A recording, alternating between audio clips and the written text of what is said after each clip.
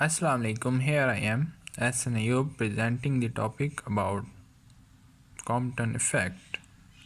So, here we go. What is quantum effect? When an X-rays photon strikes an electron at rest, it is scattered in one direction. The wavelength of scattered photon is greater than the wavelength of incident photon. This phenomena is known as Compton effect. Here we go, the experimental diagram, and we can see that when an incident photon strikes with an rest electron, the photon is scattered in another direction while making an angle of phi, and electron moves toward another direction while making an angle of theta. So now we are going to explain this phenomena briefly.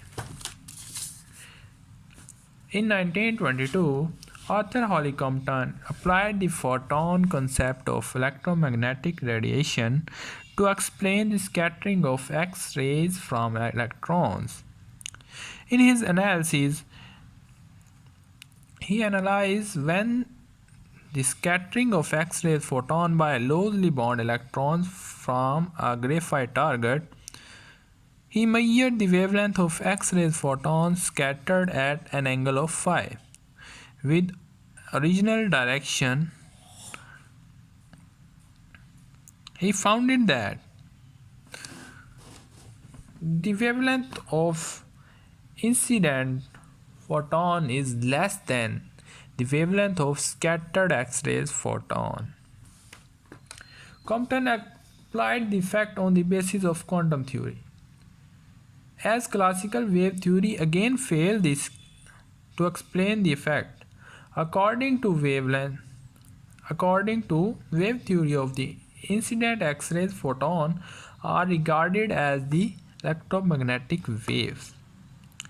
Then the scattered wave should have the same frequency and same wavelength as the incident wave. But in this experimental results, there is a contradiction. The contradiction is that the wavelength of scattered photon is increased and the frequency is decreased.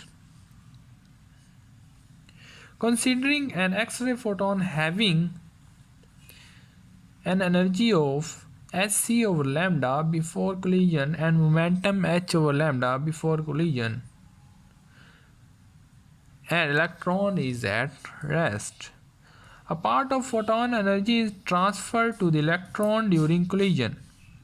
After the collision, the photon is scattered at angle of phi with energy hc over lambda prime, while the electron is scattered at an angle theta as shown in figure before.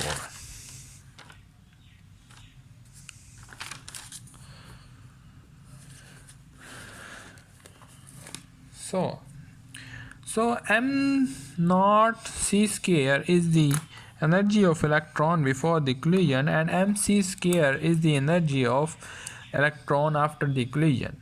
The total energy gained by the electron in this system is mc square minus m naught c square. Energy of photon before the collision is hc over lambda and energy of photon after the collision is hc over lambda prime.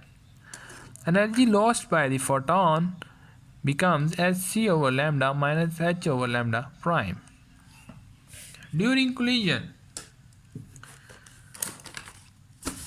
total energy remains conserved and momentum also conserved if the system of electrons and photons is an isolated system.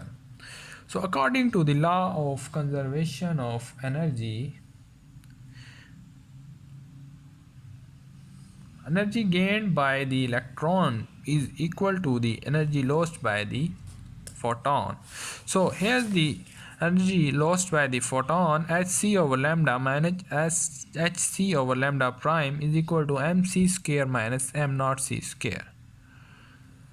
Similarly, according to the law of conservation of momentum, as the system is isolated, hc of lambda plus 0, because electron is at rest before the collision, is equal to hc over lambda cos phi plus mv cos theta.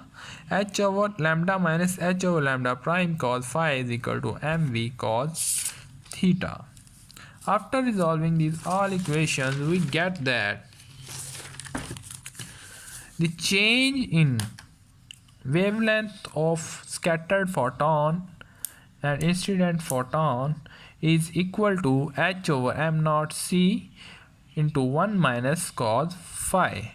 As h is constant, m naught and c also constant, then we can say that this part of equation is known as constant, that h over m naught c is constant. From this we can also consider that the total change in wavelength of photon is directly proportional to the 1 minus cos phi. So if the scattered photons scattered with an angle of 90 degree, then we can say that the total change in wavelength of photon becomes h over m naught c, because cos 90 is equal to 0, so this part of equation become 0 and 1. So we can say that total change in wavelength is equal to h over m naught c if electrons scattered with an angle of 90 degree. Overall, we can say that the change in wavelength of photon is directly proportional to the 1 minus cos phi. So this is our Compton fact, today's topic. Thank you very much.